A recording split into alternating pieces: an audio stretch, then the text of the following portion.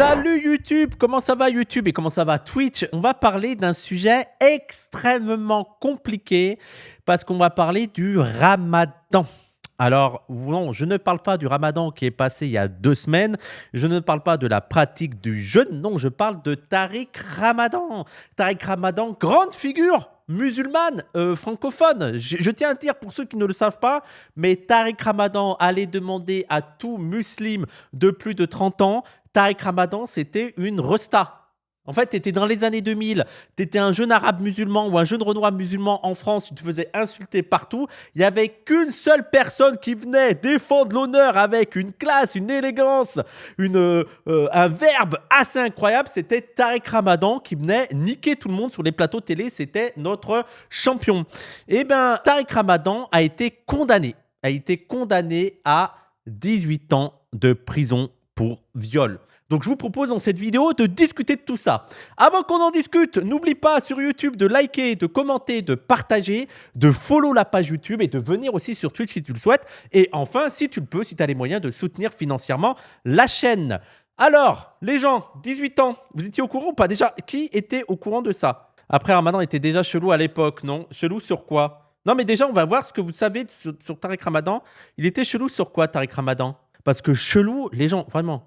Je pense que parmi les musulmans, les savants musulmans les plus réformistes, Tariq Ramadan occupe une bonne place. Hein. Ne croyez pas les légendes de Caroline Fourest, etc., du double discours, de Ramadan serait en fait un salafiste qui se masquerait sous le masque du réformisme. Ou alors peut-être que 90% des musulmans ne connaissent pas ce masque, ou ne connaissent pas le double discours. Toute ma vie, Ramadan, ça a toujours été un musulman réformiste qui avait le discours comme quoi les musulmans étaient adaptés à la vie moderne, à la vie européenne. Donc, il a été diabolisé de fou. Ah oui, non, mais avant qu'on en vienne à ces histoires de viol, d'accusation de viol, il faut rappeler une chose sur Tariq Ramadan et il faut resituer le contexte pour aussi comprendre la décision qui a été prise par les juges. Mais on va y venir sur tout ça. Ramadan a été l'une des figures politiques, médiatiques, les plus diabolisés en France. C'était le double discours, c'était le salaf, c'était le danger, c'était l'ami des... Voilà, bref. Le frère musulman, le petit-fils de Hassan al-Banna, voilà, il faut rappeler ça. Ce qui est dramatique là-dedans, c'est que Tariq Ramadan, c'était l'une des seules figures musulmanes intellectuelles des années 2000. Allez, prenons les années 2000. Quelle était la figure musulmane qui pouvait débattre à la télé? Que vous me disiez quelle est la personne musulmane connue dans les années 2000. Il n'y avait que lui. C'était le seul à avoir un point de vue. Non, mais oui, Malek Chebel, il était beaucoup moins connu et il était moins. Il intervenait moins politiquement, Malek Chebel. Il intervenait moins politiquement, il allait moins dans les débats, il allait moins dans les. Venir défendre la cause des musulmans. Hein. Vraiment, il n'y avait personne. Donc, c'était la seule figure et c'était la figure à abattre. Maintenant que j'ai dit ça, maintenant que j'ai dit que c'était la figure à abattre, est-ce qu'on l'a condamné parce que c'était la figure à abattre? C'est pas ce que je dis, c'est beaucoup plus compliqué. Et je pense qu'il faut avoir un propos là-dessus, sur l'affaire Tariq Ramadan. Avant qu'on ait un propos là-dessus sur l'affaire Tariq Ramadan, parce que ne croyez pas que je m'en moque, c'est un complot politique pour abattre Ramadan. Ramadan est innocent, parce que ce ne sera pas du tout le ton du débat. Et vous verrez même que la question de l'innocence ou non de Ramadan ne va pas être le sujet de mon stream. Ok? Pourquoi c'était lui qui était invité? Parce que les musulmans n'avaient pas accès à la sphère médiatique et que Ramadan avait quand même une importance et un aura et un succès auprès des musulmans et international qui fait qu'il était une figure incontournable. Voilà, c'était une grosse resta Tariq Ramadan. Et oui, c'est un intellectuel bourgeois, hein, mais totalement. C'est un intellectuel bourgeois, sauf que c'est un intellectuel bourgeois musulman, donc victime d'islamophobie et qui défendait la cause des musulmans. Parmi les débats les plus connus, il y a ceux avec Caroline Fourest, où Tariq Ramadan démonte Caroline Fourest. Dites-vous que Tariq Ramadan démonte tellement Caroline Fourest que même Nolo, à l'époque, il y avait Fourest qui avait été invité chez Nolo, chez Ruquier. Nolo avait dit « il vous a éparpillé façon puzzle ». Voilà, pour vous dire à quel point il l'a détruite. Il avait détruit aussi, comment il s'appelle, De Villiers, en débat. Oui, je me souviens de cette expression. Ouais, non, mais c'était marquant. Non, mais c'était... Les gens, il était très fort. Ensuite, il y a eu les accusations de viol contre Tariq Ramadan, notamment avec Enda Yari, je crois que c'est ça et tout. Bref, on va lire un petit article et on va revenir sur cette accusation de 18 ans de prison. Le but de cette vidéo n'est pas de dire que Ramadan est innocent, mais de revenir sur le traitement politique de l'affaire de Ramadan. Est-ce qu'on est vraiment sur un traitement politiquement neutre ou est-ce qu'il y a quand même du racisme dans cette histoire? On va le voir, on va le voir. Donc déjà, on va lire ce petit article du Monde. Tariq Ramadan, absent de son procès, a été condamné à 18 ans de prison pour viol, lui interdisant d'entrer en relation avec les victimes. Ah merde, la scène. Ah oui, pardon. Attendez, parce que j'ai oublié de faire ça. Donc je répète, Tariq Ramadan, absent de son procès, a été condamné à 18 ans de prison pour viol. L'islamologue suisse a été reconnu coupable par défaut de viol et de viol sur personnes vulnérables. La Cour a ordonné qu'il fasse l'objet d'une mesure de suivi judiciaire pendant 8 ans, lui interdisant d'entrer en relation avec les victimes. L'islamologue suisse Tariq Ramadan a été condamné par défaut mercredi 25 mars à 18 ans de réclusion criminelle par la Cour criminelle de Paris, qu'il a jugé par défaut et à huis clos pour des viols commis sur 3 femmes. On est tous d'accord que 18 ans, c'est énorme, non? C'est quand même... La sanction me semble très sévère, non pas dans l'absolu, mais par rapport à comme sont traitées les affaires de viol en général. Moi, quand j'ai entendu 18 ans, je me dis, ah ouais, quand même, c'est beaucoup, quoi. Ça va être les mêmes arguments qu'on donne depuis 2019. Wissam abandonne, Sarr, la gauche, cela qu'elle a plus cette affaire. Non, moi, j'abandonne pas. J'abandonne pas. Il doit avoir de sacrées preuves contre lui. On va venir sur ça. Il a été reconnu coupable de viol et de viol sur personne vulnérable. La peine justifiée par l'extrême gravité des faits, selon la Cour, est conforme aux réquisitions de l'avocat général.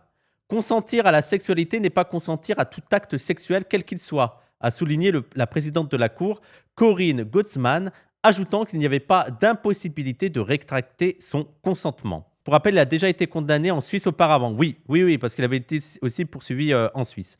Mais vous verrez les gens, la question, vous verrez que l'angle que je vais avoir ne va pas être du tout en mode Ramadan est innocent. Vous verrez. Ça ne va pas rentrer en ligne de compte sur ce que j'ai à vous dire. Elle a ordonné que Tariq Ramadan fasse l'objet d'une mesure de suivi judiciaire pendant 8 ans, lui interdisant d'entrer en relation avec les victimes, de diffuser tout ouvrage, œuvre audiovisuelle ou intervention publique qui porterait sur cette infraction. C'est bizarre ça comme truc là. T'as pas le droit d'écrire sur le truc où tu as été condamné. Je savais pas que la justice pouvait condamner à ça. Je connaissais pas ce truc là. Elle l'a aussi condamné à une interdiction définitive du territoire français. Une fois sa peine purgée, ah ouais, d'accord, ok. Donc il n'est pas seulement condamné à 18 ans de prison. Il est condamné à 18 ans de prison, puis tu dégages de la France. Et maintenu les effets du mandat d'arrêt décerné à son encontre le 6 mars. Il y a un flic qui a volé une meuf venue porter plainte pour violence conjugale qui a pris 12 ans. Ah ouais, c'était quand ce truc-là sur le flic? Tu peux m'envoyer le truc s'il te plaît? L'islamologue, déjà condamné par la justice suisse pour viol, était jugé à Paris depuis le 2 mars pour des viols commis sur 3 autres femmes entre 2009 et 2016, ce qu'il conteste. Un viol aggravé avec violence et sur personne vulnérable commis sur Christelle, prénom d'emprunt, à Lyon en octobre 2009. Un viol qui aurait eu lieu en 2012 à Paris sur Enda Ayari, une ex-salafiste devenue militante laïque qui avait déclenché l'affaire en portant plainte en octobre 2017. Et un autre sur une troisième femme remontant à 2016. À l'ouverture de ce procès, le 2 mars, Tariq Ramadan ne s'est pas présenté à l'audience. Ses avocats avaient expliqué qu'il avait été hospitalisé 2 jours auparavant à Genève, en raison, selon eux, d'une poussée de sclérose en plaques. Donc, une expertise médicale ordonnée avait conclu quelques jours plus tard à la stabilité de la sclérose en plaques dont souffre l'islamologue depuis plusieurs années, sans signe de poussée récente et estimé qu'il pouvait donc comparaître devant la cour criminelle. Petit détail sur la sclérose en plaques. Ce qu'ils ne disent pas dans l'article, c'est que la sclérose en plaques est apparue lors de la première détention de Tariq Ramadan. Parce que nous, à l'époque, l'antiracisme politique, on avait beaucoup parlé de l'affaire Tariq Ramadan quand elle avait éclaté. Donc, c'était entre 2017, 2018, 2019. Et on avait été scandalisé par le traitement de Tariq Ramadan. Et c'est un point important. On avait été scandalisé par le traitement de Tariq Ramadan, non pas parce qu'on pensait que Tariq Ramadan était innocent. Et ça, en fait, c'est pas à nous. Je veux dire, nous, on n'a pas à dire s'il est innocent ou coupable. C'est pas sur ça que va poser notre analyse, mais sur ce qui nous semblait être une inégalité de traitement sur l'affaire Tariq Ramadan. Sachant qu'on était à l'époque de l'épisode MeToo.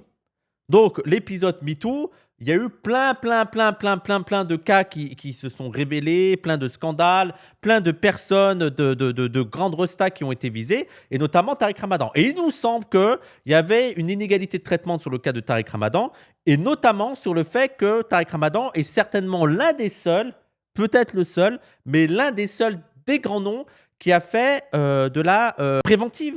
Donc, comment on appelle ça? Provisoire, voilà, de la détention provisoire. Voilà, merci. C'était l'un des seuls, si ce n'est le seul, à avoir fait de la détention provisoire. Et pendant des mois, les gens. Hein. Je crois que ça a été 6 voire 9 mois de détention provisoire. Et on était en mode, mais attendez, c'est un scandale quand même que ce soit le seul à faire de la détention provisoire pour des accusations comme ça. Surtout que pendant sa détention provisoire, c'est là où la sclérose en plaques est apparue. Donc il y avait plein de rapports de médecins qui disaient que là, il nécessite des soins. Et il y a eu du temps avant qu'il soit libéré de sa détention provisoire. Et d'ailleurs, je me rappelle qu'à l'époque, il y a des gens qui disaient en mode, oui, bon, nous à gauche, on est contre le viol. Ok, oui, il n'y a pas de souci. Mais il me semble qu'à gauche, on est aussi contre l'idée de détention provisoire. Voilà. Le truc punitif et surtout la détention provisoire, il me semble qu'à gauche, c'est pas quelque chose qu'on apprécie hautement, tu vois. Donc, il y avait aussi ça Abouria a tweeté dessus apparemment. Je crois qu'elle a fait un post Facebook. Mais voilà, nous on dit que c'est quand même bizarre que le seul qui fasse des mois et des mois de détention provisoire dans tout l'épisode de MeToo, ce soit Tariq Ramadan. On va y revenir sur les arguments qui nous ont été opposés. Mais on va finir l'article. Mais juste pour vous rappeler que la sclérose en plaques est apparue pour Ramadan pendant cette période-là. Voilà. Et beaucoup l'ont dit que c'était un mytho et tout. Au final, non, ce n'était pas un mytho. La présidente avait rejeté la demande de renvoi de procès et décidé que l'accusé de 63 ans serait jugé par défaut et à huis clos, comme le demandait une partie civile. Ces 4 avocats avaient quitté la salle d'audience, estimant qu'ils ne pouvaient défendre leurs clients dans cette parodie de justice. La présidente avait par ailleurs indiqué qu'un mandat d'arrêt à exécution et diffusion immédiate était délivré à l'encontre de l'accusé. Tu peux pas mytho une sclérose en plaques, ça se voit sur une IRM. Non, mais oui, mais à l'époque, les gens, nous à l'époque, on disait déjà, on est contre la détention provisoire de base, de principe, tu vois, en tant que gauche, dans le truc anti-punitiviste, mais en plus, on parle d'une personne qui souffre dans cette détention provisoire, et elle n'avait pas accès aux soins qui devaient lui être prodigués. Ouais, mais bref. Le procès se termine comme il a commencé, à savoir une mascarade, a réagi auprès de l'agence France Presse un des avocats de M. Ramadan, Madame, on dit, je sais pas, Wadi Ella Mamouchi. C'est quoi? C'est maître donc maître Wadi Ella Mamouchi. Alors que les faits étaient extrêmement contestés, la sévérité de la peine, assortie d'une interdiction définitive du territoire français, reflète un acharnement sur la personne de Tariq Ramadan, a-t-il estimé. Ah non, c'est maître. Je crois que c'était une femme, mais en fait, c'est un homme. Pardon. Après avoir énoncé le verdict, mercredi, la présidente de la Cour a pris le soin de lire les motivations du jugement pendant près d'1 heure. Lors des investigations et à l'audience, les victimes ont décrit des relations sexuelles initialement consenties, mais qui s'étaient avérées particulièrement brutales, a-t-elle développé. L'une d'elles a évoqué avoir éprouvé une angoisse de mort imminente, alors que Tariq Ramadan était en train de l'étrangler lors d'un rapport sexuel. Le délai de plusieurs années entre les faits et les plaintes ne permet pas de remettre en cause la crédibilité des déclarations des parties civiles, a précisé la présidente, observant que selon les statistiques, seuls 8% des victimes de viol et tentatives de viol déposaient plainte. La Cour a estimé que l'analyse des faits révélait dans le comportement de Tariq Ramadan une négation de l'altérité et annihilation de l'humanité des victimes. Dans la certitude de sa toute-puissance, pour moi, ça me semble être le cas de tous les viols. Dans tous les viols, il y a une forme de déshumanisation de la victime. Je ne sais pas ce que serait un viol dans lequel tu humanises ta victime, ou alors peut-être qu'il y a une spécificité dans le cas de Tariq Ramadan. Dans la certitude de sa toute-puissance, il s'est montré incapable de se remettre en cause. Oui, bon, les hommes, quoi. Voilà. A-t-elle jugé, ajoutant qu'il avait mené une entreprise de destruction psychologique des plaignantes. Ça fait 9 ans que j'attendais ça, et les juges m'ont cru, a déclaré à la presse Anda Ayari, visiblement ému. Son avocat, maître David Olivier Kamensky, a salué une importante œuvre de justice, estimant qu'en dépit de l'absence de l'accusé, il y avait eu un procès équitable. Alors, parlons de cette affaire, parlons de cette condamnation. Condamnation qui m'a l'air assez sévère. En fait, sévère, ça voudrait donner l'impression que c'est pas mérité. Mais en tout cas, 18 ans, c'est une peine qui m'a l'air lourde. Voilà, qui m'a l'air lourde. Ça peut être lourd et mérité. Mais on est d'accord pour dire que 18 ans, c'est pas rien. Comment traiter de l'affaire de Tarek Ramadan? Jamais vu ça pour un personnage médiatique accusé de viol. Ce que je voudrais dire ici, parce que là, je vais essayer de développer un propos qui va être assez compliqué et je vais être sur une corde, tu vois. Il faut que je marche sur une ligne, là, il ne faut pas que je tombe sur l'un des côtés et de l'autre. Oui, on pourrait parler de naps et tout. Bref, en fait, le problème qu'on a dans cette accusation de Tarek Ramadan, c'est qu'il faut réussir à parler d'une condamnation qu'on pourrait, c'est à discuter, hein, ouais, je suis sur un fil, qu'on pourrait qualifier de raciste, sans pour autant dire qu'il est évident que Tarek Ramadan est innocent ou que c'est que du racisme. Voilà. Par contre, il me semble que dans ce traitement, dans toute l'affaire de Tarek Ramadan, on a eu un traitement dans lequel le racisme a joué un rôle. Dès le départ, moi je l'ai déjà dit dès le départ, et c'est pour ça que je tiens à préciser que là je vais essayer d'avoir un propos qui tient la route, que Tarek Ramadan soit coupable ou innocent. Là, ce que je vais dire, la question de l'innocence ou non de Tarek Ramadan ne rentre pas en compte. Quand bien même Tarek Ramadan serait totalement coupable de tous les faits invoqués, il me semble qu'il y a un traitement raciste dans l'affaire. Je me rappelle qu'à l'époque, quand le procès a commencé et qu'on montrait que, quand même, là, c'est bizarre, la justice, pour une fois, la justice qui est effectivement bourgeoise et patriarcale et qui ne traite pas assez bien les affaires d'agression sexiste et sexuelle, semblait pour une fois bien faire son travail. Comment se fait-il que cette justice patriarcale et bourgeoise fasse bien son travail? Parce que l'accusé est un homme arabe. Alors, pas n'importe quel homme arabe, parce que moi, je pense que aussi, il arrive à la justice de ne pas faire très bien son travail sur les agressions sexistes et sexuelles, aussi sur des hommes noirs et arabes. Moi, je pense que effectivement la justice est raciste, et effectivement la justice est patriarcale, et qu'il arrive qu'elle juge très mal des accusations de VSS qui viseraient des hommes noirs et arabes, dans le sens où il ne les condamnerait pas assez, ou que la victime serait mise de côté, surtout si cette victime, en fait, si la victime est une femme noire et arabe, peut-être que la justice va se dire, bon, c'est des femmes noires et arabes. Donc, il y a vraiment plein de facteurs à prendre en compte.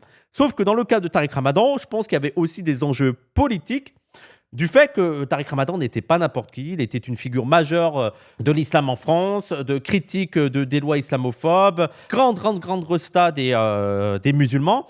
Donc, je pense qu'il était gênant, oui. Et ce qui ne veut pas dire qu'il est innocent. Hein, les gens, il faudra que je le précise à chaque fois. Ça ne veut pas dire que cette condamnation est totalement injustifiée d'un point de vue abstrait, mais il me semble que dans le fait que la justice soit allée à condamner 18 ans des affaires de viol, alors que d'habitude on sait que la justice ne fait pas son travail, c'est qu'il y a un élément qui a à prendre en compte, et c'est le fait que Tarek Ramadan est une figure musulmane importante, et que donc le racisme a joué, je pense, dans la manière dont la justice a traité cette affaire. Du fait que c'est un homme musulman, en plus une figure politique qui dérange le gouvernement et qui dérange un peu les pratiques islamophobes, eh bien, je pense que la justice a eu plus de facilité à faire son travail. Ça ne veut pas dire que c'est fondamentalement injuste le fait que Tarek Ramadan soit condamné, mais si on met en comparaison avec la manière dont la justice travaille en général, et on sait tous que la justice ne fait pas bien son travail sur les questions des VSS, surtout quand on parle de personnalité politique, comment ça se fait que là, elle fait bien son travail? Je veux dire, quand on parle de personnalité politique, lesquelles ont été condamnées par la justice au final? Il y en a assez peu. Il y en a relativement peu. Et donc, on ne peut pas nier le fait que c'est approuvé, oui, mais on comprend ce que tu veux dire. Qu'est-ce qui est approuvé? C'est que, moi, ce que je trouve étonnant, c'est que dans tout l'ère MeToo, quelles sont les figures qui ont pris autant pour des affaires de viol? Après, il y a des personnes qui vont me dire, je connais les gens, ça fait 10 ans que je parle de ce sujet-là. Il y a des personnes qui vont dire, oui, mais là, c'est peut-être la preuve qu'il y avait des preuves. Si Tarek Ramadan a autant été condamné, c'est juste que la justice avait des preuves. Et je trouve que ça, c'est un chemin très périlleux à tenir, surtout quand on a un féministe, ou une féministe plutôt, parce que ça voudrait dire que en fait la justice fait son travail, mais c'est juste que dans la majorité des cas des violences sexistes et sexuelles, elle n'a pas les preuves. Et que quand elle a les preuves, de la culpabilité de la personne, bah, elle fait son travail. C'est pour ça que c'est très compliqué. C'est très compliqué d'aller dans l'idée de ah ouais, mais là, c'est bon, elle avait les preuves, c'était suffisant, c'est juste pour ça. Donc ça voudrait dire que la justice fait son travail. Ce qui me semble faux. Moi, je pars toujours du principe que la justice est patriarcale, la justice est bourgeoise, pardon, et la justice est raciste. Donc je prends toujours cet angle-là. Donc le truc des preuves, je suis en mode bon. Ah, et surtout, quand tu vas sur les VSS, ça voudrait dire que bon, dans la majorité des cas, si la justice ne condamne pas le violeur, c'est juste qu'elle n'a pas de preuves. Donc, il faudrait penser à une autre manière de justice. Donc ça voudrait dire qu'il faut une quantité débile de preuves pour que la justice fasse son travail. Et là, peut-être, elle y était. Mais donc ça veut dire que la justice fait son travail. C'est juste que dans tous les cas, il manque de preuves. Vu que c'est très rare ce genre de condamnation. Et sachant que les gens, moi, j'ai fait un point d'honneur à ne jamais aller dans les détails juridiques de l'affaire. Moi, j'ai toujours traité l'affaire de Tariq Ramadan en partant du principe de, même s'il est coupable, partons du principe qu'il est coupable, je trouve qu'il y a un traitement différencié de cette affaire. On verra pour Patrick Porte-d'Arvor qui est impliqué dans 18 affaires. Bah, ça traîne quand même. Ça commence à traîner. Harry habitant non-lieu alors que le dossier médical. Non, mais bref, les gens, je pense que. Moi, je ne vois pas comment tu peux nier. En fait, les gens croient que si on dit qu'il y a eu un traitement raciste de l'affaire de Tariq Ramadan, ça veut dire que Tariq Ramadan est innocent. Les gens, les deux peuvent tenir. Tu peux autant être convaincu de la culpabilité de Tariq Ramadan que du traitement raciste de Tariq Ramadan. Et partons même du principe que tu t'inscris dans un angle juridique et dans un angle punitiviste où la justice doit punir sévèrement de prison des violeurs et que donc là, le traitement de Tariq Ramadan est justifié. Partons même de ce principe-là. Il faut punir de prison les violeurs. Il a violé et d'une manière très grave, donc il mérite ses 18 ans. Ok, pas de souci. Mais reste que tu peux quand même noter que ce n'est pas le cas pour les autres. Les autres personnes ne sont pas traitées avec la même, on va dire, le même zèle. Il y a une inégalité de traitement qui me semble assez évident. Partons de là. Moi, je me rappelle à l'époque, il y avait des personnes qui disaient oui, mais effectivement, il y a un traitement raciste de l'affaire parce qu'il y a aussi des féministes. Je rappelle à l'époque, je sais qu'il y avait Christine Delphi qui avait accompagné notamment Rouya Boutelja et tout. Et Rouya Boutelja, l'argument qu'elle avait à l'époque, en mode moi, je ne dirais rien sur Tariq Ramadan. Je ne condamnerais pas le racisme dans Tariq Ramadan si toutes les autres personnes accusées de viol étaient traitées avec la même sévérité. Sauf que bon, on note que non, en fait, moi, ce que je trouve assez étonnant, c'est qu'on a tout un discours autour de la justice ne traite pas assez bien les affaires de VSS, n'est pas assez sévère, ne prend pas au sérieux l'affaire, est très empathique avec les agresseurs, c'est très difficile de faire condamner. Et que là, on a une condamnation quand même qui est assez importante et on ne se demande pas pourquoi. Genre, là, magiquement, sur le cas de Tariq Ramadan, on voudrait nous faire croire, on ne sait pas pourquoi, mais on voudrait nous faire croire que là, magiquement, la justice a fait son travail. C'est juste le hasard. C'est quand même dingue. Tu peux pas avoir tout un discours autour de la justice patriarcale, raciste, bourgeoise et tout, et dire que là, magiquement, la justice a fait son travail. C'est juste, Tariq Ramadan n'a pas eu de chance. Voilà. Je veux dire, le racisme ne suffit probablement pas à expliquer toute la condamnation. En fait, pour toi, si c'était un blanc, pas Tariq, exactement la même affaire, il se serait passé quoi? 0 condamnation. Ah, je suis persuadé, au-delà de la condamnation, je suis persuadé que déjà, il n'y aurait pas eu le même traitement médiatique. Ah oui. Si Tariq Ramadan était un blanc, il n'y aurait pas eu le même traitement médiatique, il n'y aurait pas eu la même ampleur, il n'y aurait pas eu... Déjà, s'il était blanc, il n'aurait pas été en préventive. Il n'aurait pas été enfermé en préventive. Je suis assez... Mais donne-moi un autre exemple, Brico, de personnes qui ont été accusées de viol et qui ont... Voilà, je veux dire, mais...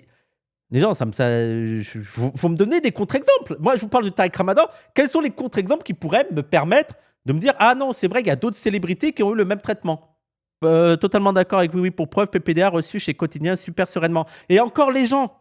Et en fait, c'est aussi ça le problème. C'est que dire que Tariq Ramadan a été victime là de traitements racistes, ça voudrait donner l'impression qu'il faut traiter Ramadan comme une victime. Il faut réussir à dissocier les deux. Vous pouvez être un gros connard et être victime de racisme. Et moi, je refuse le racisme, même pour les connards. Et ça ne veut pas dire que s'il est victime de racisme, oh, faut être full empathique avec lui, oh, le pauvre Ramadan. Non. Juste dire, moi, je veux un traitement juste.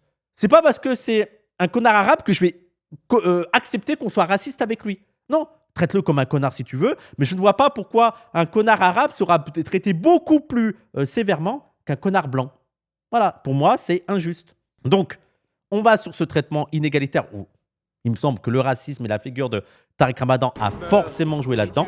Là, vous parlez de la condamnation, juste les gens, le traitement médiatique. Regardez le nombre de personnes qui a défendu Depardieu. Hein, le nombre de personnes qui défendent des personnes accusées de violences sexistes et sexuelles. Prenons un autre exemple. Bertrand Cantat. Combien de personnes ont défendu Bertrand Cantat? Dites-moi qui, dans la sphère médiatique politique, a osé défendre Tariq Ramadan? Qui? Depardieu, non mais Depardieu, mais plein de gens, plein de gens. À chaque fois, il y a des connards qui viennent défendre leur pote qui est accusé de VSS et tout. Voilà. Il n'y a pas eu, tout le monde l'a. Youssef Boussouma, oui, voilà. Edgar Morin, il l'a pas défendu pour les affaires de violences sexistes et sexuelles. Hein. Edgar Morin, il a écrit des livres avec Tariq Ramadan, mais il n'a pas parlé pour les affaires sexistes et sexuelles. Hein. Oui, Morandini, Jacques Lang. Oui, non, mais les gens, je veux dire, il y a. En fait, ça me paraît tellement évident qu'il y a une inégalité de traitement dans cette affaire-là que. Mais encore une fois, c'est pas parce que Tariq Ramadan a été victime d'un traitement raciste que ça veut dire que Tariq Ramadan est un innocent ou une pauvre petite victime sur lequel il faut avoir de l'empathie. Moi, Tariq Ramadan, c'est juste histoire de parler du traitement raciste. Mais je ne veux pas en faire un martyr. C'est juste les gens, voilà comment marche le système racial, tu vois. Et je sais qu'à l'époque, il y avait aussi des gens qui avaient un discours en mode « Ouais, effectivement, peut-être que Tariq Ramadan a été victime de racisme. Peut-être comme c'est une figure musulmane, que c'est un musulman, que voilà, c'est une figure qui dérange un petit peu. Et effectivement, peut-être que la justice a été plus sévère. Mais bon, au moins, ça fait un violeur en prison. » Je vous jure que j'ai déjà entendu ce discours et je suis persuadé qu'il y a plein de gens qui se disent ça, qui se disent bon, oui, peut-être qu'il y a eu du racisme, mais bon, moi, ça fait un violeur en prison. Et je trouve que c'est une folie. C'est une folie parce que ça montre en fait que bon, la question raciale, ça passe au second plan. Il va faire appel, non, mais ça, les gens, vraiment, vraiment, l'affaire, moi, ça ne m'étonnerait pas qu'il soit coupable. Je veux dire, moi, c'est même pas ça. Je veux dire, l'innocence ou la culpabilité. Je rappelle les gens que tout le discours sur le punitivisme, c'est pas la question de savoir si. Je vais venir après, mais c'est pas la question de savoir si cette personne est vraiment innocent ou coupable. Mais juste avant de dire que effectivement il y a du racisme, mais au moins ça fait un violeur en prison, ça signifie simplement que Quentin, il a fait combien d'années? Il a été condamné à 8, il a fait 4. Bref. Mais non, mais c'est un exemple parmi d'autres. Mais bref, dire que effectivement il y a eu un traitement raciste, mais au moins il y a un violeur en prison, ça veut simplement dire que le racisme, ça passe après. Voilà, tout simplement. Voilà, le racisme, ça passe après. Vous vous en foutez. Bon, c'est vrai que c'est pas cool, mais bon, quand même, c'est un violeur. Voilà, on va pas pleurer pour un violeur. C'est pas l'histoire de pleurer pour un violeur, c'est l'histoire de combattre pour une justice qui ne soit pas raciste. C'est ça le truc. Faut arrêter de confondre les deux. Je refuse que. Alors, quelle est la différence entre les gens qui disent les violeurs arabes, ça dégage de France? Au moins, les violeurs, ça dégage. Ouais, effectivement, ça va toucher que les Arabes et les Noirs. Mais au moins, ça dégage. On n'a pas ces violeurs-là qui sont sur le territoire français. Vous avez la même logique que certains patriotes et tout qui sont en mode non, la justice, faut être encore plus sévère contre les Noirs et les Arabes. Hein. C'est ça. Parce que même, tu peux aller. Ça va être la question du viol, mais c'est même la question de la délinquance, la question de la criminalité. Donc, il faudrait juger plus durement. Il n'y aurait pas de problème si la justice jugeait plus durement le vol par un Arabe que le vol par un Blanc. L'agression par un arabe que l'agression par un blanc. Pour vous, ça irait. Au moins, il y a un agresseur qui est enfermé. Tant pis si la justice continue son traitement raciste. Donc moi, je trouve ce truc qui est une folie. Donc, il y a évidemment un angle racial dans le traitement de Tariq Ramadan. Cette condamnation, quand bien même, du point de vue punitiviste, est juste, elle me semble inégale par rapport au traitement général des condamnations de viol. Est-ce que c'est bien formulé comme ça ? Quand bien même, du point de vue punitiviste, vous pensez que cette condamnation est juste, avec l'idée qu'il faudrait condamner aussi sévèrement les viols, vous ne pouvez pas nier le fait qu'il y a une différence de traitement par rapport à la manière dont sont traitées en général les affaires de VSS, surtout quand on parle de figures connues. Et maintenant, au-delà de ça, au-delà de tout le truc, l'aspect racial, l'aspect raciste de ce traitement, qui ne signifie pas que Tariq Ramadan est tout blanc, qui ne signifie pas que Tariq Ramadan est innocent, qui ne signifie pas que Tariq Ramadan n'a pas violé, et qui ne signifie pas non plus que les victimes ne doivent pas être écoutées. Il y a aussi est-ce qu'on peut revenir sur le fait que, est-ce que c'est vraiment la voie qu'on veut contre les violences sexistes et sexuelles? Est-ce qu'on peut revenir à la discussion qu'on a depuis un certain temps et je vous envoie aux discussions qu'on a avec Gwenola Ricordo, etc., etc. Est-ce que vraiment la solution face au VSS et à l'ampleur des VSS, c'est de condamner à prison avec de longues années en plus, 18 ans, les auteurs de VSS? Et moi, il ne s'agit pas d'être dans l'angélisme et dire oh les pauvres petits, les pauvres petits êtres, ils vont finir en prison et tout. Tu vois, même si je pense que moi, par exemple, je suis contre la peine de mort, même pour des êtres affreux, parce que je ne veux pas être comme eux, je ne veux pas faire tuer des gens, voilà. Mais au-delà du truc moral, il y a aussi le truc de l'efficacité. Moi, je pense qu'il faudra avoir une interrogation, et c'est l'interrogation que mènent les féministes anticarcérales, avec l'idée que ces condamnations ne vont rien régler. Déjà parce que ces condamnations sont rares. Des personnes qui ont commis des viols et qui sont condamnées pour 18 ans de prison, elles sont très rares. Mais surtout que ça n'empêche pas l'ampleur des VSS. Mais en plus, ça amène cette absurdité où, rendez-vous compte, posons la question 2 secondes. Faisons un exercice d'imagination. Et partons du principe que, la justice fait vraiment bien son travail, la police aussi. Elles arrivent à attraper les personnes qui commettent des VSS et à les enfermer en prison. Quand on voit l'ampleur des VSS, il faudrait combien de prisons en fait? Est-ce que vous vous rendez compte le nombre de femmes qui témoignent être victimes de VSS? Je crois que c'est 1 sur 3, non? Ou 1 sur 4, le nombre de femmes qui disent avoir été victimes de VSS. Et donc, ça vous dit, elles sont pas, c'est pas les mêmes 10 groupes de mecs qui commettent ces VSS. Alors, il faudrait en construire des prisons, Il faudrait en construire des prisons. Je vous dis que le tout punitiviste, on va avoir des prisons. Je veux dire, la France va être une prison géante. Et enfin, ça ne règle pas le souci, en fait. Je veux dire, revoyez la discussion avec Gwenola Ricordo sur l'angle punitiviste et l'angle des questions sexistes et sexuelles. Déjà, comme dit Gwenola Ricordo, ça enlève l'autodéfense des femmes. On nous laisse croire que les femmes, pour se défendre, elles doivent faire seulement par la justice et la police. La justice et la police qui restent des institutions liées à l'État, liées à la bourgeoisie et liées à la domination patriarcale. Il y a quand même cette dinguerie qu'on nous fait croire que, notamment, la police va permettre aux femmes d'être défendues. Alors, je suis en mode, s'il y a bien une institution qui est ultra viriliste, ultra dangereuse, ultra et sexiste et tout, oui, les policiers qui sont parfois même les violeurs. Voilà. Donc moi, il y a déjà ce truc de faire confiance à la police et à la justice pour régler les VSS.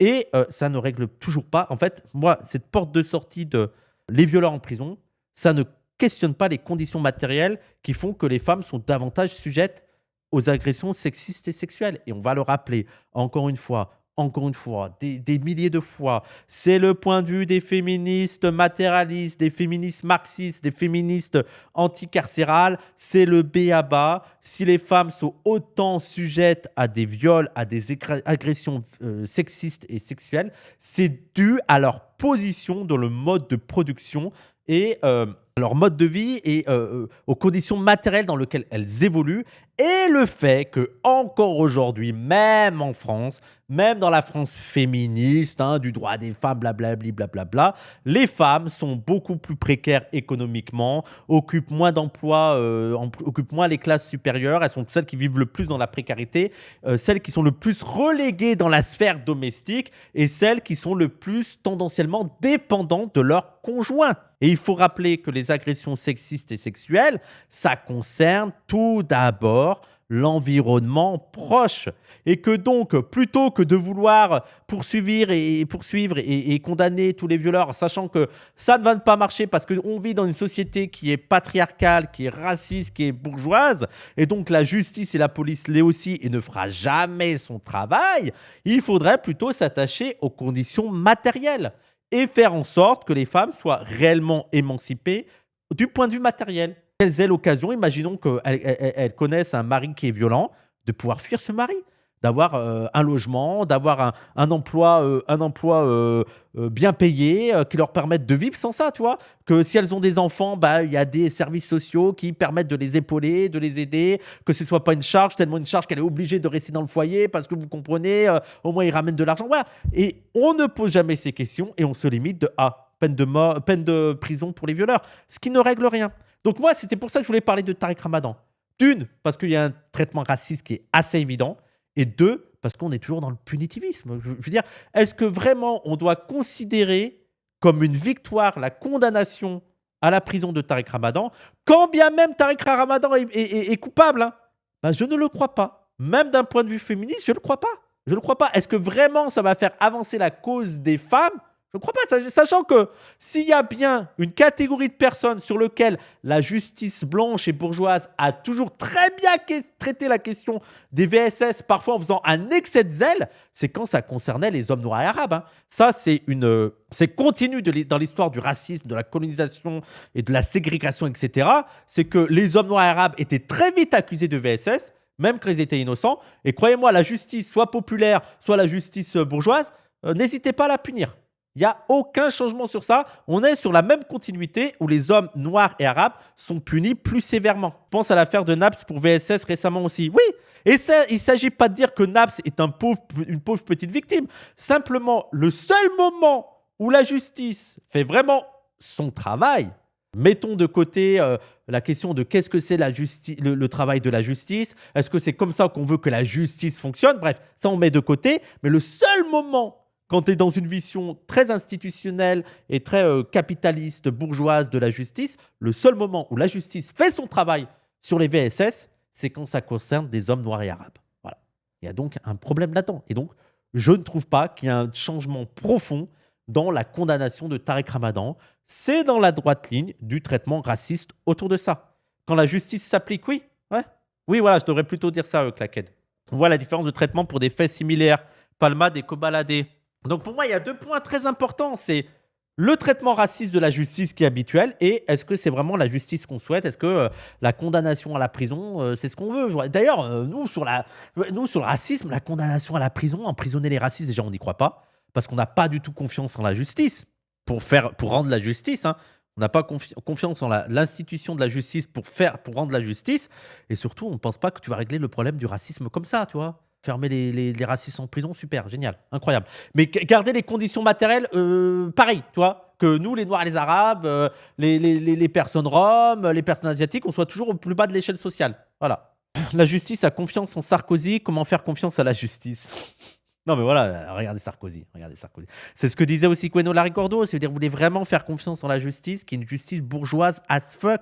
Regardez, veut dire, il y a une fois. Sarkozy, c'est une folie. C'est une folie le nombre de preuves qu'on a sur la culpabilité de Nicolas Sarkozy. Et on parle de morts, de plusieurs centaines de milliers de victimes. On sait, et allez, il a fait 2 semaines de prison. Et c'est déjà un exploit. C'est déjà un truc de fou d'avoir eu Sarkozy 2 semaines en prison. Et on fait confiance encore en cette justice, mais nique sa mère la justice en fait. Arrêtons de centrer, arrêtons d'avoir comme objectif l'emprisonnement. Je ne crois pas à l'emprisonnement. Voilà. Je ne crois pas que ce soit la solution, notamment pour les questions de violences sexistes et sexuelles, surtout que c'est la porte ouverte à un traitement raciste.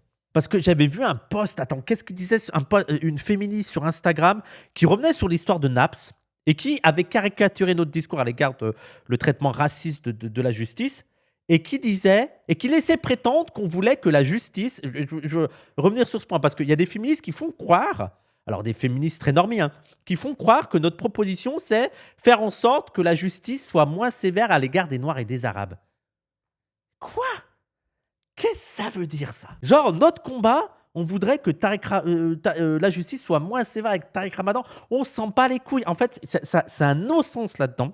Déjà, parce que je vois pas ce que ça veut dire la justice moins sévère avec les Noirs et les Arabes. Ça voudrait dire changer complètement la société. Je vois pas comment tu peux demander à la justice d'être moins sévère avec les Noirs et les Arabes quand tu es dans une justice profondément raciste, en fait.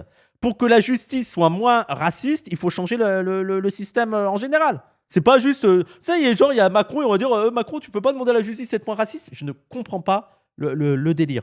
Et surtout, nous, c'est même pas qu'on demande à la justice d'être moins raciste, c'est qu'on n'a aucune confiance en cette justice. On ne croit pas en cette justice qui s'est arrogé le mot justice. Donc nous, l'idée, c'est même pas là, c'est sûr. Mais non, elle n'est pas légitime, la justice. Voilà, on n'a pas confiance en elle. On ne va pas demander à une institution qui est bourgeoise, qui est raciste, qui est patriarcale, de traiter nos problèmes, en fait. Le discours, il est pas là.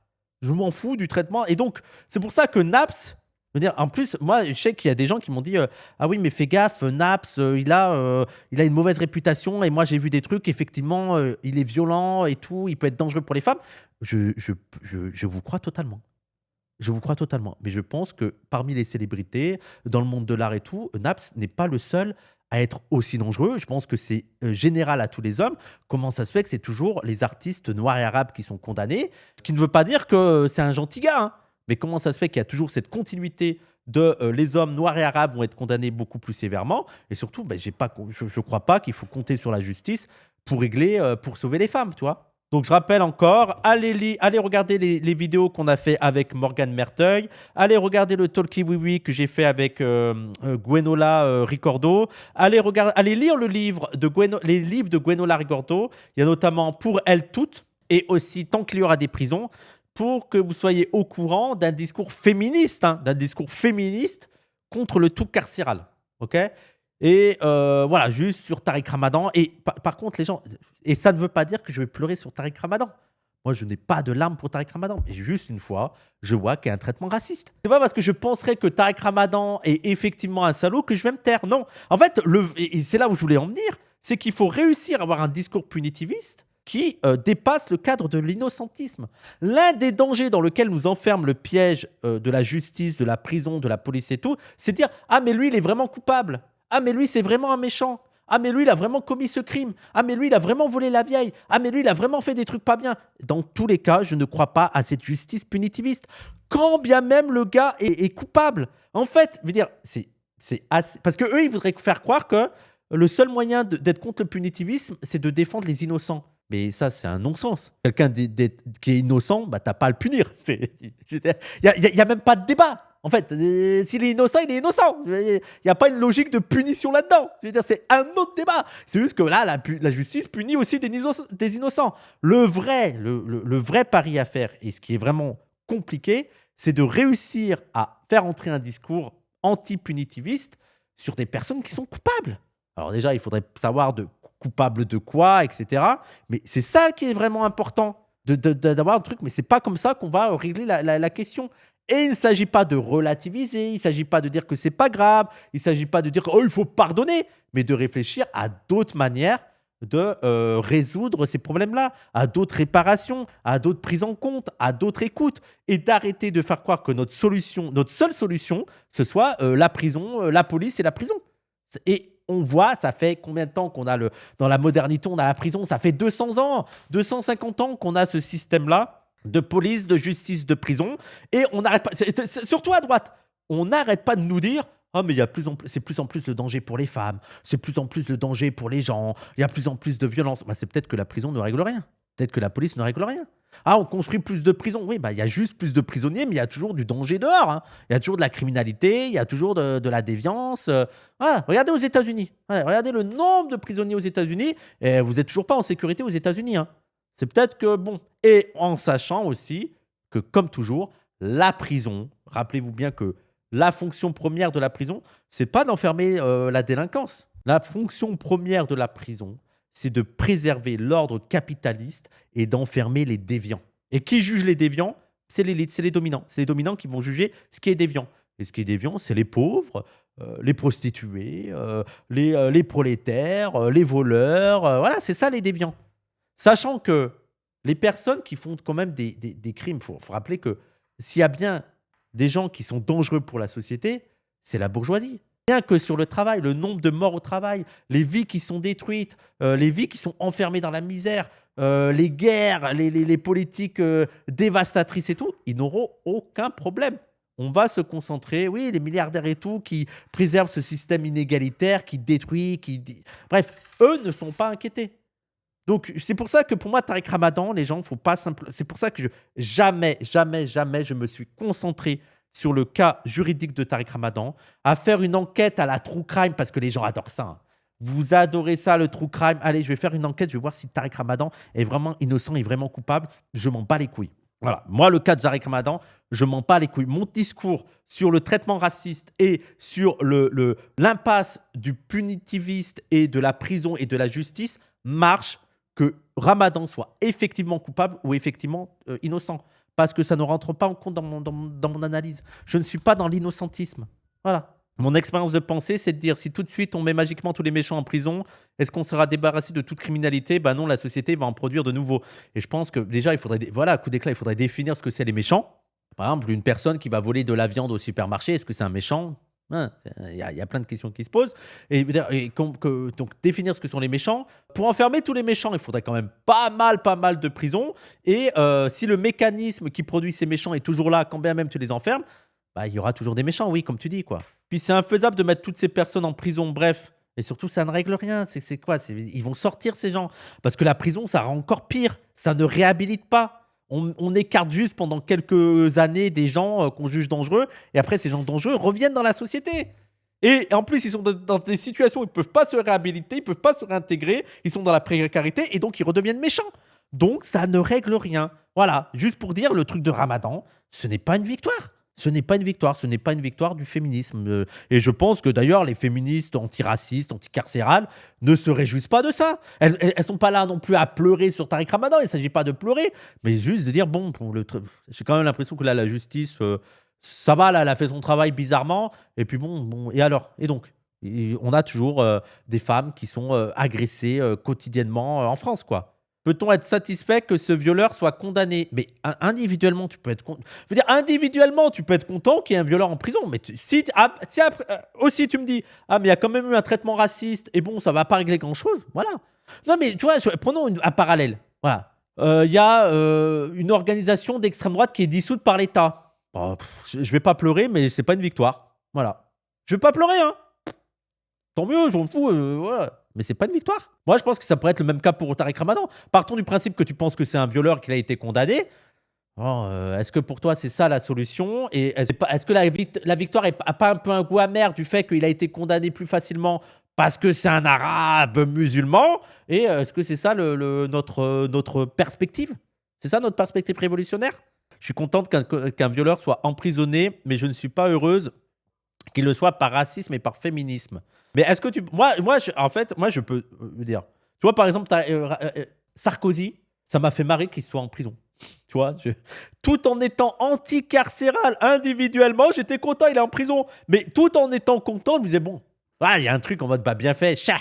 Voilà, il y a un truc un peu bas instinct de, ah, chat, bien fait pour ta gueule, t'es en prison. Et en même temps, c'était une petite satisfaction comme ça, un peu bébête. Mais en même temps, je me disais, bon, bah après, ça va pas régler le souci, quoi. Il y a toujours la bourgeoisie au pouvoir. Moi, je peux comprendre que, voilà, il y a un violeur en prison, t'es en prison, chat. Mais bon, après, à long terme, c'est pas ça la solution, quoi. Résidence d'écriture, tu veux dire? Oui, oui, oui. Jurisprudence Bruel, chanté pour les Restos du Cœur et vous aurez l'immunité. Ah, mais on va voir comment il va être traité, l'affaire Patrick Bruel. On va voir comment ça va être traité, hein. Soyez content si vous voulez, mais si c'est ça votre logiciel politique, il faut bosser, hein. C'est quoi la solution alors? Mais moi, c'est ça qui me fascine, c'est que il y a 150 productions de personnes qui essayent d'imaginer d'autres manières de traiter ce sujet, d'autres manières d'aborder ces questions, des expériences qui sont mises en place. Vous vous y intéressez jamais, mais vous êtes juste là à dire c'est quoi la solution. En plus, moi, ce qui m'énerve, c'est comme si, en fait, votre vie militante, votre vie politique, il y a un problème de c'est quoi la solution. Faut arrêter avec ça, c'est quoi la solution. Il n'y a pas quelqu'un qui va venir avec hey, j'ai la solution, faites ça. La solution, c'est un truc, je veux dire, en fait, c'est ce que disait aussi Gwenola Ricordo, il faut se réapproprier ces problématiques-là pour nous redonner un pouvoir d'action. En fait, le problème de la justice et de la police, c'est que ce n'est plus devenu un problème social qui nous concerne tous. On est tous, il y a un méchant, allez, dégage par la justice, on s'en occupe plus, alors que ça devait être un truc à gérer collectivement. Les solutions, il y a déjà des pratiques qui sont faites, qui sont essayées, il y a déjà des expériences, mais c'est un truc à penser collectivement et on tâtonne là-dedans. Mais c'est des trucs à réfléchir et arrêtez de faire croire que vous y intéressez, vous êtes juste en mode allez, ça dégage, ça va dans la prison, voilà. Le fait que le seul combat dans le féminisme mainstream, c'est juste mettre en prison des violeurs, c'est tellement triste et hyper limité. C'est même défaitiste comme pensée, ça protège même pas les victimes de ce mécanisme. Oui, oui, non, ouais. Retournez voir, je suis totalement d'accord avec toi, Catel, retournez voir Gwenola Ricordo, quoi. En fait, les gens croient que si on dit que la prison, c'est pas la solution, les gens arrêtent de penser, sont en mode, ils laissent les violeurs faire. Sauf que c'est pas ça. C'est pas juste, ah ben on l'espère, il n'y a pas d'autre solution. Non, il faut agir, il faut donner la possibilité aux femmes de se défendre, créer des collectifs, créer une force, donner une solidarité, créer des solidarités. C'est ce que font les féministes, hein. Créer des solidarités entre elles, de l'autodéfense, de créer des conditions dans lesquelles elles peuvent échapper à des agresseurs, voir comment on traite les agresseurs, comment on met hors de danger les personnes qui peuvent être agressées, comment on rend petit à petit la personne plus capable d'agresser d'autres personnes. Voilà, c'est en fait le vrai truc feignant, c'est de dire c'est la prison. Le truc le plus compliqué, mais le militantisme, c'est un truc compliqué, c'est de réfléchir aux alternatives. Mais les gens, c'est pareil avec le capitalisme. Voilà, parce que voilà, pour vous, ça semble incroyable. Ça semble inhumain de se dire que la solution, c'est pas seulement la prison et la justice et mon cul sur la commode. Mais vous croyez que le capitalisme, on va le démonter comme ça? Vous croyez que c'est facile? Je veux dire, vous vous rendez pas compte le défi énorme que c'est et comment on va tâtonner en fait. Et comment on n'a pas de solution toute faite. Ne serait-ce que pour sortir. Même pas, les gens, c'est même pas pour organiser un système alternatif. C'est juste pour sortir du capitalisme. Mais si pour vous, déjà, juste imaginer des modèles alternatifs à la prison, c'est utopique as fuck au point que tu délires, mais vous n'êtes pas anticapitaliste en fait. Parce que là, c'est encore des défis beaucoup, beaucoup, beaucoup plus grands. Déjà, avoir des structures d'accueil pour les femmes qui fuient une relation violente, par exemple, oui, mais moi, c'est pour ça que c'est les conditions matérielles. Les conditions matérielles, faire en sorte que... Oui, moi, le problème du logement, c'est un combat féministe. Le fait qu'avoir la possibilité pour les femmes d'avoir un logement accessible, surtout si elles sont susceptibles d'être violentées. Et le nombre de femmes qui vont se mettre avec lui parce que comme ça, elles ont un toit, elles pourront avoir un truc où venir, où dormir et tout. Les gens, c'est des questions annexes, mais qui n'intéressent pas parce que c'est un peu plus chiant et qui sont pourtant primordiales. La question du logement. Déjà, faisons le deuil d'une solution parfaite. Une solution plus humaniste sera forcément perfectible, mais ça sera une avancée sociale. Oui, et surtout que on va tâtonner. On va tâtonner. Mais vous croyez, les gens, la prison, vous croyez que c'est apparu d'un coup? Il y a un gars, il s'est dit, les capitalistes, ils ont fait ça. Je veux dire, en fait, il faut aussi arrêter. Parce que, tu sais, il y a vraiment la limite de, il faut que tu aies une solution toute prête déjà faite et qu'il y aurait juste à appliquer. Sauf que c'est pas comme ça que marche l'histoire de l'humanité. Le capitalisme, c'est pas genre 1500 c'était le féodalisme et d'un coup, paf, le capitalisme. Le capitalisme, ça a aussi été des pratiques petit à petit d'une classe qui a émergé, qui a installé son hégémonie, sa manière de voir le monde, son système économique, qui a tâtonné, qui a pensé à des punitions, qui a pensé à des outils de contrôle et qui continue à le faire. Le communisme, ça sera pareil, ça sera en tâtonnant, en petit à petit. Mino, on enlève le système pénal actuel sans rien mettre en échange, c'est déjà une amélioration, mais je suis peut-être un peu trop woke. Bah, en fait, ça pose la question, pour moi, le vrai défi, c'est que faire des personnes qui représentent effectivement un danger? D'ailleurs, Gueno Laricordo, elle avait ce discours-là il faut allier différentes stratégies, de la plus radicale à la plus réformiste, avancer, voir ce qui peut se faire par-ci, par-là et tout. Et moi, après, il y a aussi des priorités. Pour moi, l'une des priorités, c'est faire en sorte que les femmes puissent plus facilement fuir les situations de danger. Et ça passe, par exemple, la question de centres d'accueil, de logement, de renseignement, je sais pas, peut-être de groupes d'autodéfense. On pourrait imaginer des groupes d'autodéfense. S'il y a une femme qui est en danger, il y a d'autres femmes qui viennent les soutenir, aider, tu vois, et ça peut être des solutions. Et aussi de mettre hors d'état de nuire des personnes qui peuvent être dangereuses. Oui, à court terme, il faut pouvoir isoler une victime de son agresseur, mais le pénal à long terme, c'est cata. Oui, bah oui. Mais en plus, la prison, vous êtes un homme viriliste. Attendez, parce qu'en plus, rappelons ça quand même. Les agresseurs sont souvent dans une vision viriliste de la société, ok, et de la division des genres. Genre, un homme, il peut posséder une femme parce qu'il est plus fort, parce qu'il est supérieur, parce qu'il a un corps à sa disposition. Donc, il a vraiment des codes virilistes. Vous croyez que l'envoyer en prison, ça va le faire enlever ses codes virilistes? La prison, c'est vraiment l'endroit où le code viriliste s'entretient. Et même si tu veux survivre dans la prison, tu as intérêt à alimenter ton code, ta doxa, ton habitus viriliste. S'il y a bien un endroit qui va pas rendre un homme féministe, c'est la prison. Ouais, ça me rend fou, ça me fascine ça. Genre, on croit quoi? Une fois en prison, il va sortir. Ça doit être un cas sur 1000 hein, d'hommes qui sortent de la prison en mode, ah ouais, non. Non, j'ai appris au sein de la prison que faut respecter les femmes, la douceur, tout ça. Non, moi, non. C'est une école où tu sors encore pire. Bref, voilà. Est-ce qu'il y a des choses à rajouter sur Tariq Ramadan? Est-ce que moi, s'il y a des choses que je dois préciser là-dessus, au cas où j'ai pas été assez clair? En fait, il faut vraiment dissocier le fait que tu peux parler du traitement raciste de Tariq Ramadan sans que tu sois en mode full empathie de malade de Tariq Ramadan. Moi, je pense que c'est ça un peu un problème à gauche. On a encore du mal à concevoir qu'une personne puisse être victime de quelque chose sans pour autant qu'on présente cette personne comme un petit être parfait. Genre, il y a vraiment cette idée que seuls les innocents peuvent être victimes. Moi, je pense qu'un salaud, qu'une ordure, qu'un enfoiré, qu'une grosse merde peut être victime de quelque chose. Meilleur Habib, il peut être victime d'antisémitisme. Prenons un exemple. Meilleur Habib, soutien du génocide, etc., peut être victime d'antisémitisme. Et c'est pas parce que c'est Meilleur Habib que je vais tolérer l'antisémitisme. Vous pouvez critiquer tellement facilement Meilleur Habib, pourquoi aller sur l'antisémitisme? Et c'est pas pour ça, c'est pas parce que Meilleur Habib il va être victime d'antisémitisme que d'une, je vais rien dire sur l'antisémitisme et que deux, je vais présenter Meilleur Habib comme la victime ultime. Hein, juste là, non. Je vais défendre Meilleur Habib sur l'antisémitisme. Par contre, sur tout le reste, je vais l'attaquer. S'il s'était appelé Pierre Carême, il n'aurait pas pris aussi cher. Super clair, faut pas minimiser les actes, mais il faut que les peines soient équitables. Oui, il faut que le jugement soit équitable. Il faut que le jugement soit juste.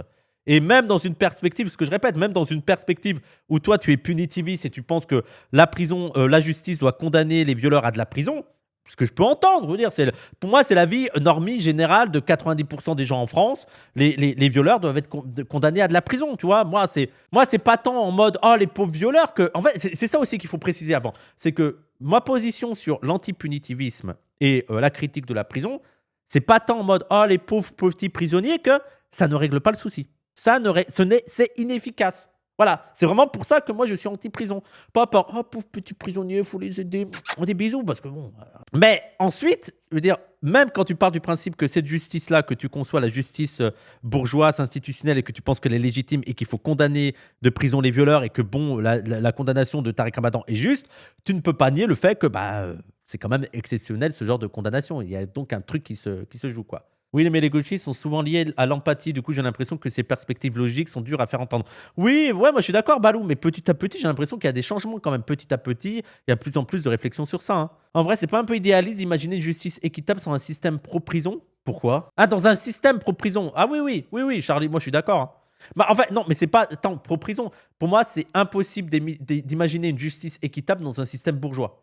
À quoi sert En fait, il faut revenir à qui contrôle la justice, qui contrôle la police, qui contrôle la prison? C'est la classe dominante. Et la classe dominante, elle ne va pas défendre la justice, elle va défendre ses intérêts. Voilà.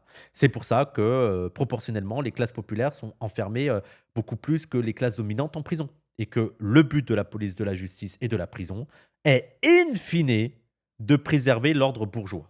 Imaginons qu'il y a une révolution, là, qu'il y a des communistes qui arrivent et qui mettent en branle la France capitaliste. La justice, la police et la prison sera au service de l'État. Elle ne sera pas au service des communistes. Elle sera au service de l'État et elle condamnera les communistes de la prison, aller au goulag ou que sais-je. Voilà. Mais du coup, si la prison, ça marche, ça veut dire que c'est OK de faire vivre des violences aux gens. Pas certes, l'argument logique de ça marche pas est bien, mais bon. Mais ouais, Sanglier, moi, je suis pas en train de te dire que ça ne rentre pas en compte le fait que la prison, humainement parlant, c'est pas top. Moi, je t'ai déjà dit ça avec la peine de mort. Même une grosse ordure, je suis contre la peine de mort. Parce que moralement, voilà, j'ai pas envie d'être au même. Moi, en plus, j'ai un truc un peu élitiste en mode je veux pas être la même merde que toi, tu vois. Moi, je respecte la vie, je veux pas te condamner à mort. Je pense à d'autres peines parce que même moralement, je veux être supérieur à toi.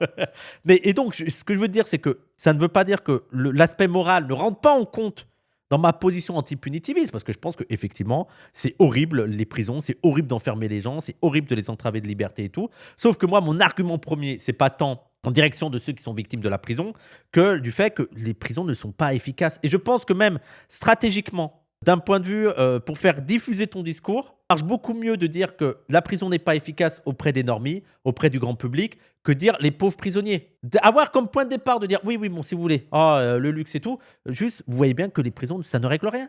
Il y a toujours des vols, il y a toujours des viols, il y a toujours de la délinquance, il y a toujours. Donc peut-être que si on veut régler ça, il faut peut-être penser différemment le sujet, quoi. Il faut peut-être penser différemment la question et penser aux causes de ces délits ou de ces crimes. Tu vois, donc moi, c'est plutôt du point de vue de l'utilité, l'efficacité stratégique que j'angle beaucoup plus sur le fait que la prison n'est pas efficace que la prison est inhumaine. Mais la prison est inhumaine. Voilà, je pense qu'enfermer quelque chose est inhumain. Moi, j'ai eu un débat avec ma copine pendant l'affaire Pellico et c'était compliqué d'adopter une posture anti-punitiviste sans passer pour un relais de la culture du V. Bah, en fait, aussi, Charlie Kirk, le problème là-dedans, c'est que, voilà, prenons l'affaire Pellico parce que pour moi, pour beaucoup de gens, c'est l'exemple absolu de ouais, mais vous voulez faire quoi avec les gens de l'affaire Pellico? Mais en fait, le problème, c'est que si tu te limites à dire ah bah il faut libérer tous les violeurs maintenant, ça n'a pas de sens parce que là, elle te dirait ouais, mais tu fais quoi des coupables de l'affaire Pellico? Sauf que, mais c'est une fausse réflexion. Parce que dire, ah ouais, tu fais quoi? Tu libères les gens? Mais c'est une situation abstraite parce que ça ne va pas arriver. Genre, il n'y a aucun moment où, quand tu vis dans une société capitaliste bourgeois actuelle, ces gens-là vont être libérés de prison. Donc, cette question-là de tu ne fais quoi de ces personnes-là n'a pas de sens. En fait, il faut aussi prendre en compte que les logiques antipunitivistes, ça ne concerne pas que la prison. C'est accompagné d'une société beaucoup plus égalitaire. Parce que l'une des logiques principales de l'antipunitiviste, c'est dire que la condamnation et les délinquances et la criminalité et tout, c'est lié aux conditions sociales. Ça s'intéresse aux causes. Qu'est-ce qui provoque ça? Qu'est-ce qui produit de la délinquance? Et comment on considère de la délinquance? Donc dire, qu'est-ce que tu fais? Tu libères les violeurs? Non, mais c'est ça. C'est sur le temps long de promouvoir une société beaucoup plus égalitaire. Et donc, on aura d'autres manières déjà de protéger les gens de potentiels agresseurs et aussi d'autres systèmes en place, d'autres liens de solidarité pour parler de la réparation, du soin des victimes et de la réhabilitation. Mais ça, c'est sur le temps long, les gens. On est dans un autre type de société. Mais dans cet autre type de société, peut-être que Gisèle Pellico n'aurait pas été isolée avec son mari. Dans une société plus égalitaire, où on prend soin des autres, où il y a des collectifs féministes beaucoup plus prévenantes, qui ont des liens de solidarité, peut-être que Gisèle Pellico n'aurait pas connu ça. Autant de mecs à la main de son mari qui soient victimes d'autant de mecs, tu vois. Mais en fait, le piège, c'est de tomber dans la frustration de ouais, bah tu fais quoi avec les violeurs de maintenant? Mais ça n'a pas de sens. Je veux dire, partons même du principe que je voudrais les libérer, ça n'existerait pas. Ça ne va pas arriver. Donc, relions la question. Il faut relier la question de l'antipunitiviste à plus d'égalité sociale. Donc, c'est un combat sur le long terme. Et je pense que sur le court terme, c'est pour ça que sur le court terme, moi, tout en étant anti-prison, je pense que tu ne peux pas faire l'économie là à court terme de l'amélioration des conditions de prison. Je sais que pour certains, ça voudrait dire alimenter l'existence de la prison. Oui, mais sauf que là, il y a des gens qui souffrent en prison. Donc déjà, le minimum qu'on peut faire là actuellement, qu'on peut arracher avant d'avoir une société où il n'y aurait plus de prison, c'est déjà qu'il y a des conditions plus humaines, entre guillemets, parce que je ne pense pas que ça existe, mais plus humaines sur la condition des prisonniers. Mais ça marche juste pas comme ça, les changements. Quand le gouvernement actuel change les choses, ils font des essais sur des régions avec un échantillon d'abord. Oui, donc il n'y a aucun monde où voilà, je veux dire, les personnes qui ont agressé Gisèle Pellico, il n'y a aucun monde où là, elles vont être libérées à cause des anti-punitivistes. Tu vois, moi, c'est vraiment les contradictions qui sont apportées à chaque fois par ceux qui ne veulent pas écouter les discours des anticarcéraux, je ne sais pas comment on dit, des anticarcéraux, dans une abstraction. Je suis en mode, mes frères, ça va pas arriver, quoi. Bref, voilà, c'était ma conclusion. Prenons le cas de Tariq Ramadan. Abordons le cas de Tariq Ramadan, non pas pour un débat à la true crime ou je sais pas, une série de juges et on se fait les avocats ou les juges et on essaye de voir si vraiment Tariq Ramadan est coupable ou si vraiment Tariq Ramadan est innocent, s'il est victime d'un complot politique. Ça, on s'en bat les couilles. Ça, voilà, on s'en bat les couilles. Prenons le cas de Tariq Ramadan pour en faire une généralité politique et parler du traitement raciste et de la voie sans issue, du tout punitiviste et des prisons. Voilà. Pour moi, c'est ça qui est intéressant dans le cas de Tariq Ramadan et qui nous permet d'éviter de tomber dans l'écueil du true crime, du true juge et le pauvre petit Ramadan. Et d'avoir un vrai propos sur les pistes féministes sur les VSS et aussi sur la question de la justice et du racisme. Voilà. N'oublie pas de liker, de commenter, de partager, de suivre la chaîne et de soutenir financièrement si tu le peux. Merci beaucoup.